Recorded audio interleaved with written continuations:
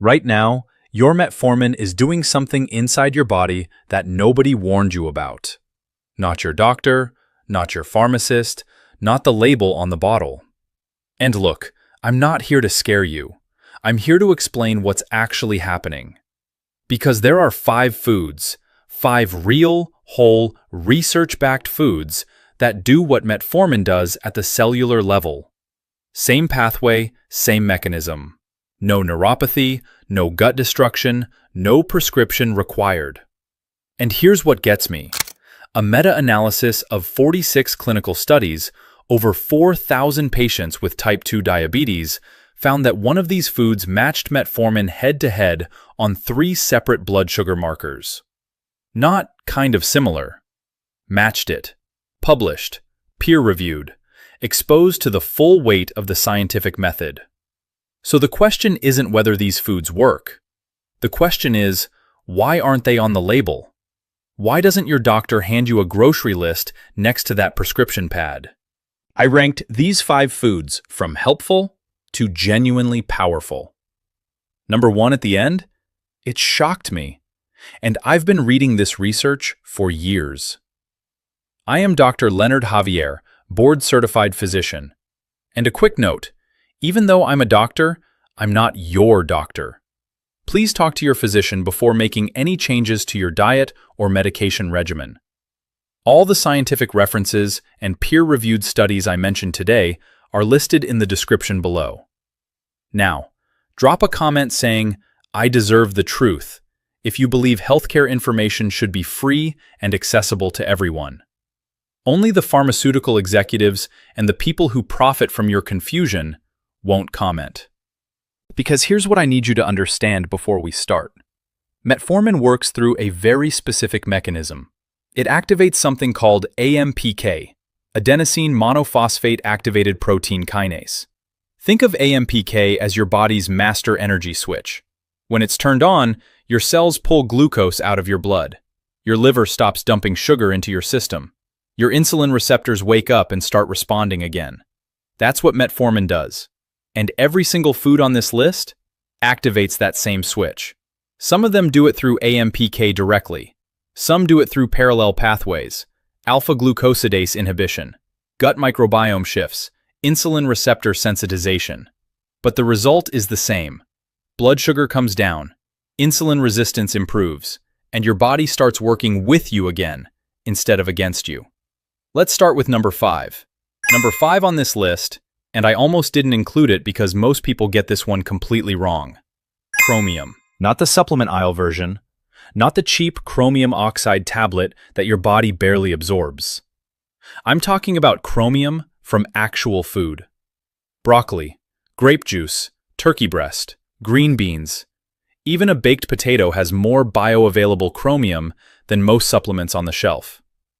Now here's why chromium matters, and why it connects directly to what metformin does. Your cells have insulin receptors on their surface. Think of them like tiny doors. When insulin knocks, those doors open, and glucose walks in. That's how blood sugar drops. That's how your muscles get fuel. That's how your brain stays sharp. But after 60, after 70, those doors start to jam. Insulin keeps knocking.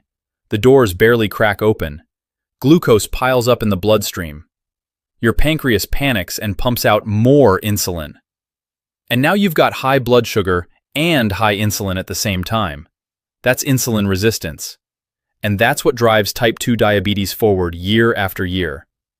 Chromium fixes the door. It binds to a compound called chromogulin inside your cells.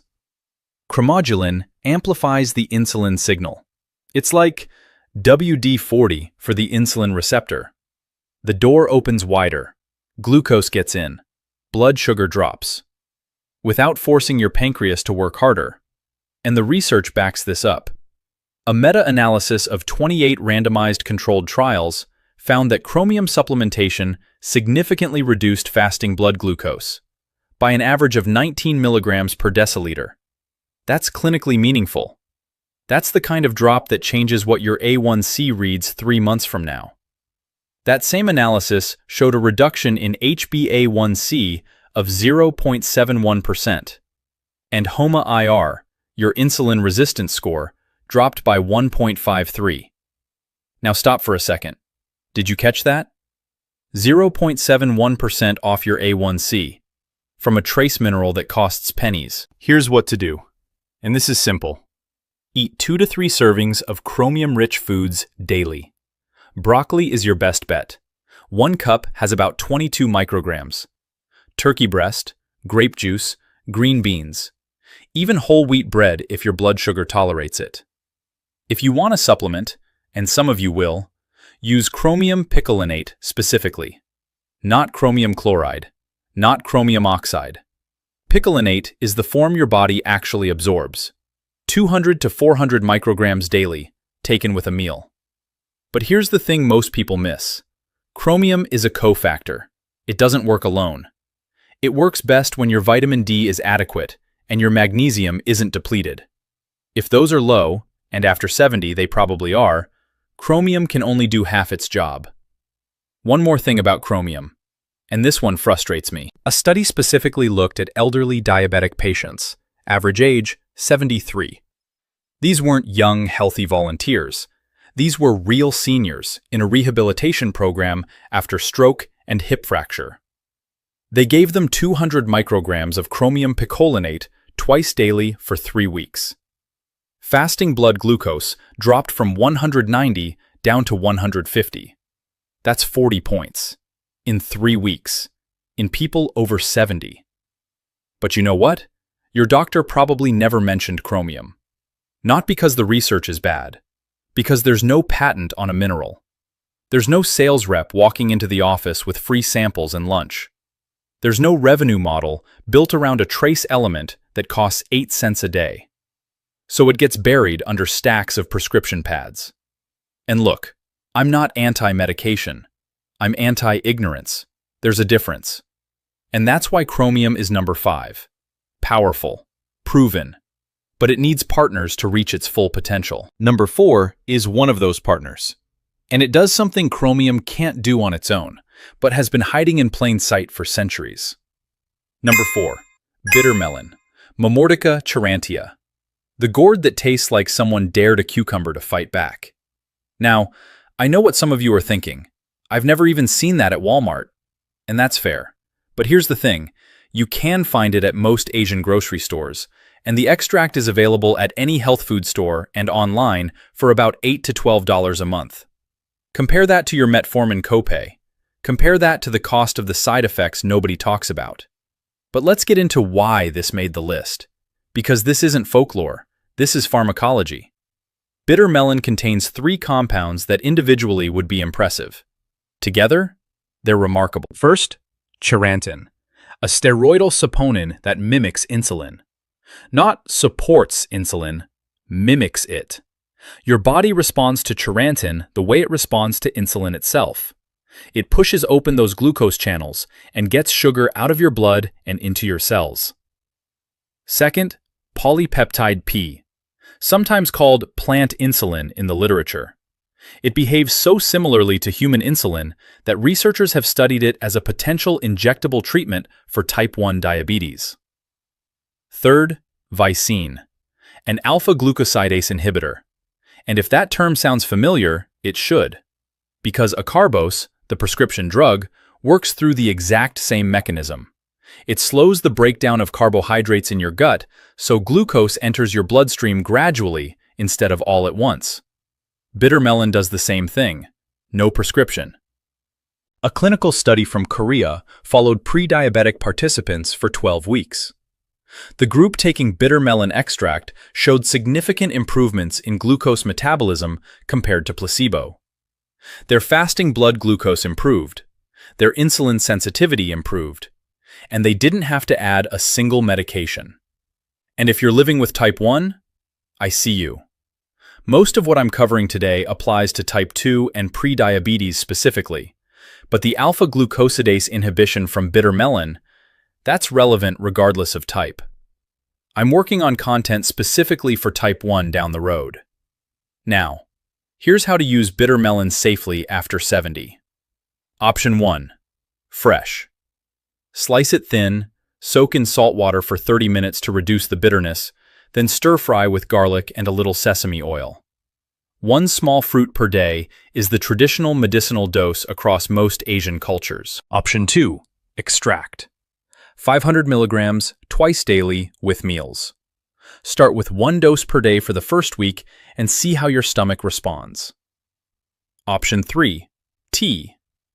Dried slices steeped in hot water. 2 cups daily. This is gentler and better tolerated by most seniors. But here's what matters most: timing. Take bitter melon before meals, not after, before. Because the alpha-glucosidase inhibition needs to be active in your gut before the carbohydrates arrive. If you take it after eating, you've already missed the window. And that leads me to something critical. If you're on sulfonylurea medications, glipizide, glyburide, glimepiride, bitter melon can stack with those drugs and push blood sugar too low.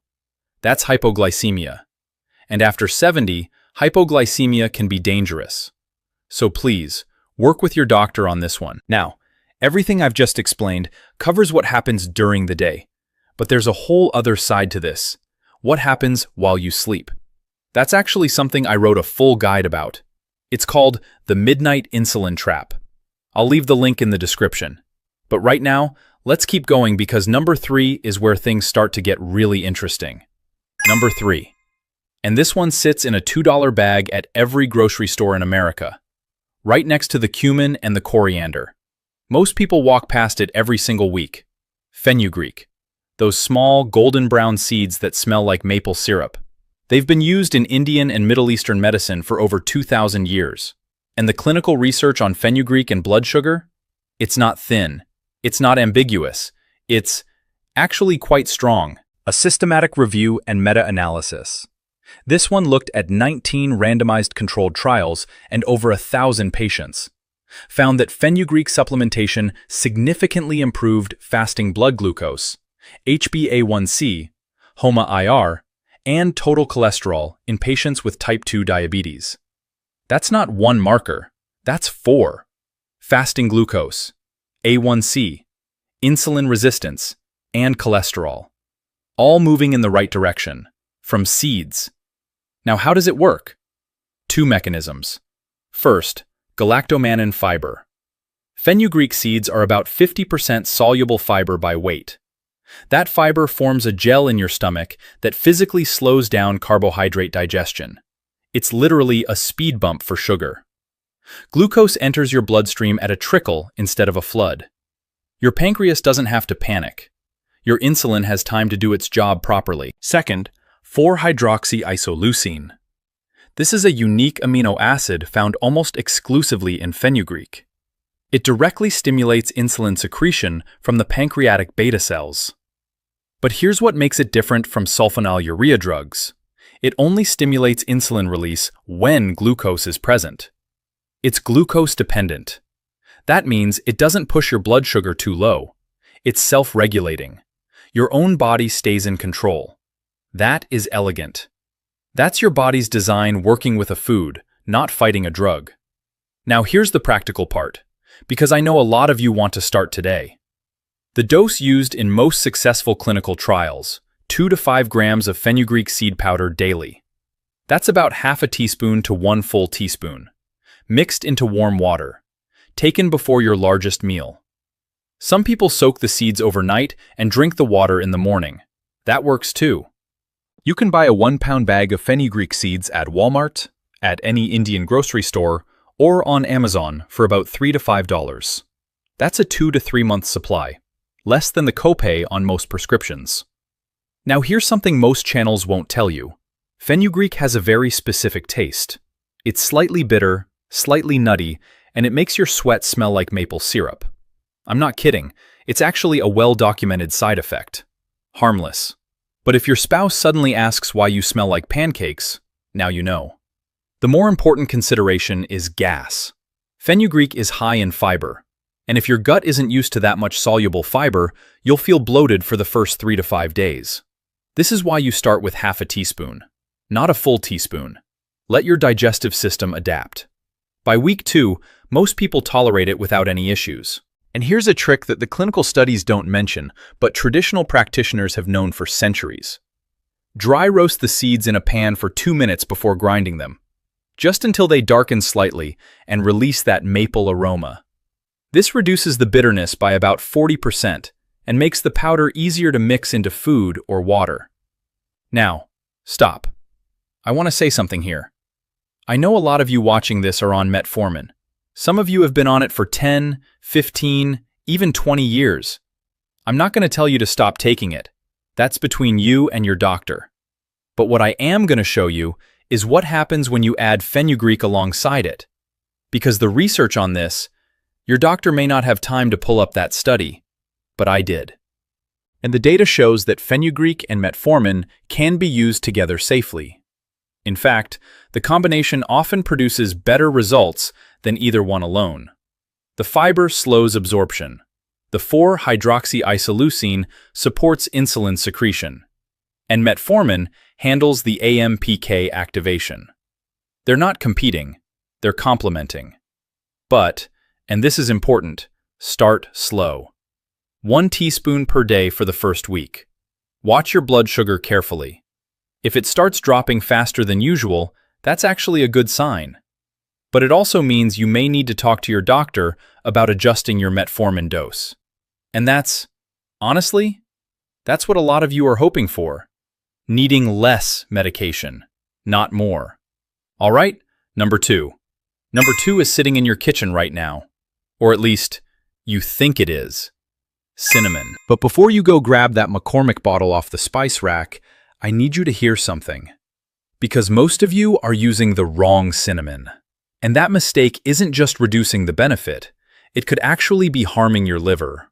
There are 2 types of cinnamon. Cassia cinnamon.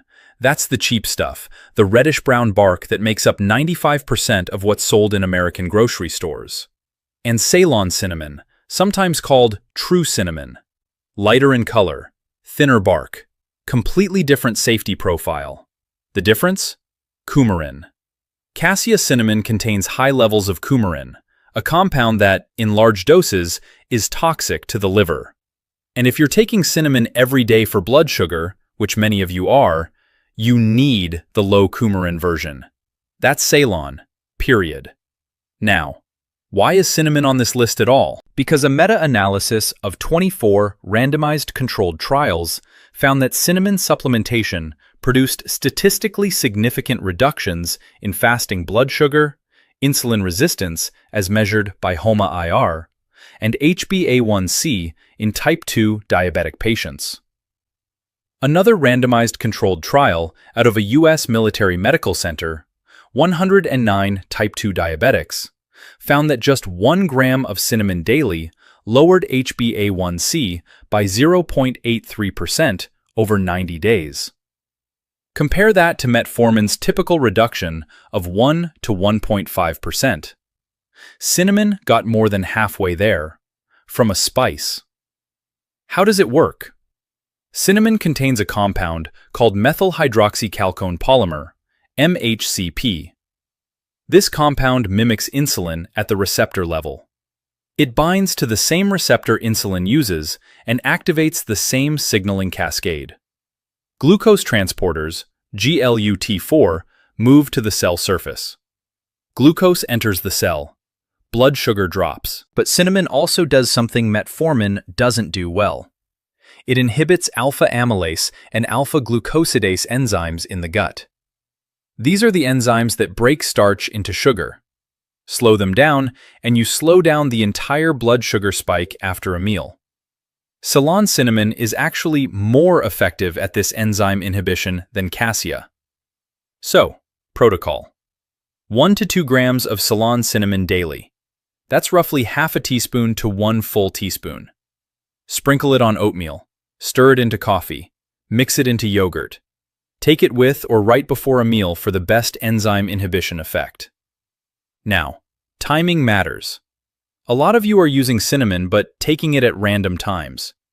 GK reduces the benefit significantly. The alpha glucosidase inhibition needs to happen while food is being digested. GK eating, not an hour before, not 2 hours after. with the meal. And that right there is why I wrote The Midnight Insulin Trap. It covers what actually happens to your blood sugar and blood pressure while you sleep, and how to build a nighttime system that works with your body. Specifically, what changes at night that your daytime habits can't fix. The link is in the description. But let me finish showing you the most important item on this entire list. Because number 1 isn't just the best food on this list. It's the one food that went head-to-head against metformin in a clinical trial. And won. Number 1. And I need you to really pay attention here, because what I'm about to tell you, I don't understand why it isn't front-page news in every endocrinology journal in the country.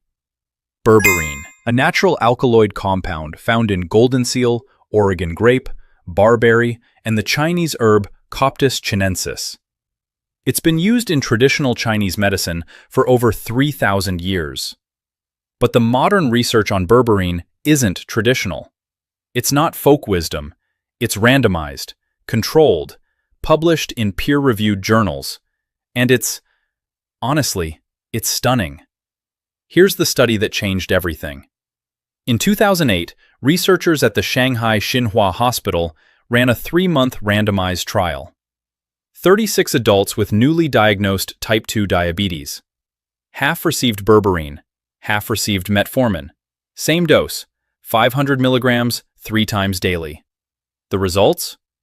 Berberine reduced HbA1c from 9.5% down to 7.5%, a 2-point drop.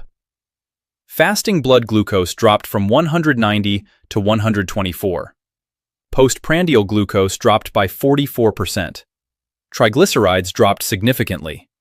And metformin? Nearly identical numbers, statistically comparable on every single marker. A plant compound. Matched the most prescribed diabetes drug on the planet in a head-to-head trial. But it gets better. A massive meta-analysis, 46 clinical studies, over 4,000 patients, confirmed that berberine was equally effective at lowering blood glucose overall. And on 3 specific measures, HbA1c, fasting plasma glucose, and 2-hour postprandial glucose, berberine actually performed better than metformin. Let that sink in for a moment. Now, how does berberine work? And this is where it gets fascinating. Because berberine activates the exact same pathway as metformin. AMPK, the master energy switch I explained at the beginning. When berberine activates AMPK in your liver, it suppresses gluconeogenesis. That's the process where your liver manufactures new glucose and dumps it into your bloodstream, especially between 2 and 4 a.m. That's the dawn phenomenon. That's why your morning numbers are high even when you ate perfectly the night before. When berberine activates AMPK in your muscles, it stimulates glucose uptake. Your muscles pull sugar out of the blood and burn it for energy, without needing extra insulin. When berberine activates AMPK in your gut, it shifts your microbiome composition, reduces intestinal glucose absorption, and stimulates GLP-1 release, the same hormone that the new injectable diabetes drugs like Ozempic target. Berberine does this naturally. And here's what makes berberine different from metformin in a way that matters deeply to many of you. Side effects. Metformin's most common side effects: gastrointestinal distress, nausea, diarrhea, vitamin B12 depletion, and in some cases, peripheral neuropathy. The B12 depletion alone is a serious concern after 70 because B12 deficiency accelerates nerve damage, cognitive decline, and fatigue. Berberine? The most commonly reported side effect in clinical trials was transient, mild gastrointestinal discomfort. About 35% of patients in the Shanghai study experienced it, and it resolved within the first 2 weeks. No liver toxicity, no kidney damage, no B12 depletion, no neuropathy. Protocol: 500 milligrams, 2 to 3 times daily, taken with meals. Start with 500 milligrams once daily for the first week. Let your body adjust. Then, increase. You can find berberine at any health food store, at Costco, at CVS, or on Amazon. A 60-day supply runs about $15 to $25 depending on the brand. And I need to be direct about this. If you are currently on metformin, do not stop taking it and switch to berberine on your own. That is a conversation you must have with your doctor. What the research shows is that berberine can be used alongside metformin, or in some cases, as an alternative when metformin side effects become intolerable. But that decision is between you and your physician, not you and a YouTube video. What I can tell you is this. If you bring these studies to your doctor, and I've listed every single one in the description below, you are arming yourself with the kind of information that puts you in the driver's seat of your own health. And that's what this channel has always been about. One of our viewers, and I won't share their name, but they know who they are, wrote to me and said, "My A1C went from 8.1 to 6.2. My endocrinologist congratulated me, and when I told him I added berberine alongside my metformin, he pulled up the study right there in the office." That's what happens when you bring data. Not hope, not wishes, data. Now, some of you are thinking, this sounds too good to be true, and I respect that skepticism. But here's the thing. Berberine isn't new. It isn't some Instagram supplement fad. It's been studied in over 600 published research papers. The evidence base is massive. The reason you haven't heard about it isn't because the science is weak, it's because the profit margins are. A month of metformin, even generic, generates revenue through the entire pharmaceutical supply chain. A month of berberine generates revenue for a farmer and a supplement company. There's no billion-dollar marketing machine behind a plant alkaloid. There never will be. But the science doesn't care about marketing budgets. The science just is. And that brings me to the part most people skip, the part that determines whether any of this actually works for you or whether you're wasting your time and money. Now, before you run to the store, stop, because there are 3 critical mistakes that will cancel everything I just showed you. And I've seen people make every single one of them. Mistake number 1. Do not combine berberine with metformin without medical supervision. Both activate AMPK. Both lower blood sugar. Stacking them without monitoring can push you into hypoglycemia, especially after a meal that's already low carb. Your blood sugar can drop below 70. After 70 years old, that's a fall risk. That's a confusion risk. That's a hospital visit. Mistake number 2. Do not take bitter melon and a sulfonylurea drug, glipizide, glyburide, glimepiride, at the same time without talking to your doctor first. Bitter melon enhances insulin secretion. Sulfonylureas force insulin secretion. Together, they can overshoot. Your pancreas releases too much insulin. Blood sugar crashes. This combination has caused documented hypoglycemic episodes in clinical settings. Mistake number 3. Do not take high-dose cinnamon if you are on blood-thinning medication like warfarin. Cassia cinnamon contains coumarin, which has blood-thinning properties of its own. If you're already on warfarin or Eliquis, adding high-dose cassia cinnamon can increase your bleeding risk significantly. This is why I said Ceylon only. And even with Ceylon, if you're on blood thinners, keep your dose at 1 gram or less and tell your doctor. These mistakes don't just reduce the benefit, they create new problems. And I'm not going to let that happen to anyone in this community. I've seen comments from people who said, I started everything at once and my blood sugar dropped to 55. That is terrifying.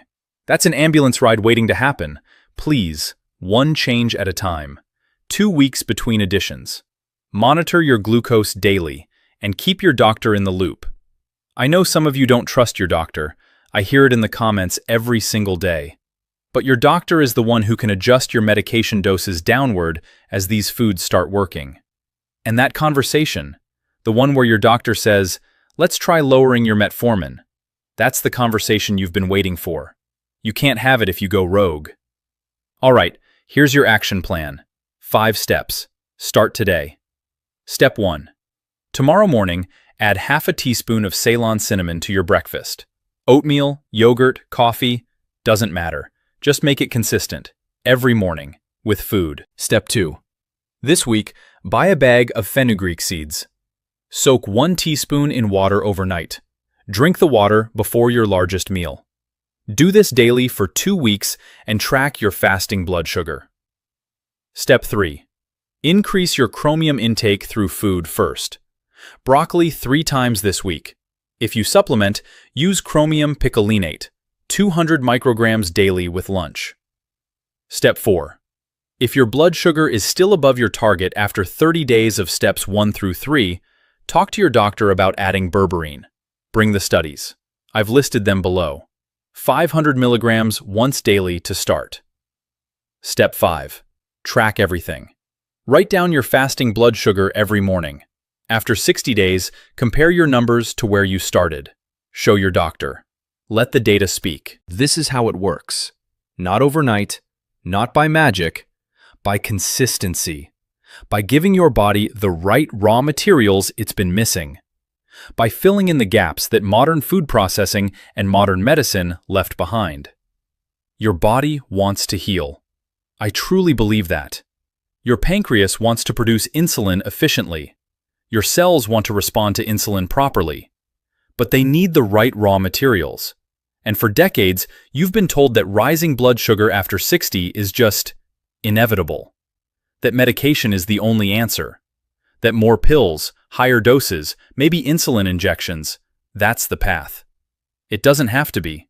The science says otherwise. The studies are right there, published, peer-reviewed, verifiable. And now you have them too. You're not broken. Your nutrition is broken. Fix the nutrition. Support the metabolism. Give your body what it's been asking for, and watch what happens. My challenge to you? Pick one food from this list. Just one. Start tomorrow morning. Track your blood sugar for 30 days. Then come back and tell me what happened. I read every single comment on this channel. Every one. Now, one more thing before you go. If this video covered what these 5 foods do during the day, the question you should be asking is, what happens at night? Because for most people over 60, the nighttime hours are when the real damage happens. Your liver dumps glucose between 2 and 4 a.m. Your cortisol shifts. Your blood pressure changes. And everything you did right during the day starts to unravel while you sleep. That is exactly why I created the Midnight E.G. Kalin Trap. It walks you through what changes in your body after 60, why your morning numbers are high even when you ate perfectly, and how to build a simple nighttime system, food timing, meal structure, a 7-day reset you can start tonight. The link is below this video. I think you'll find it answers questions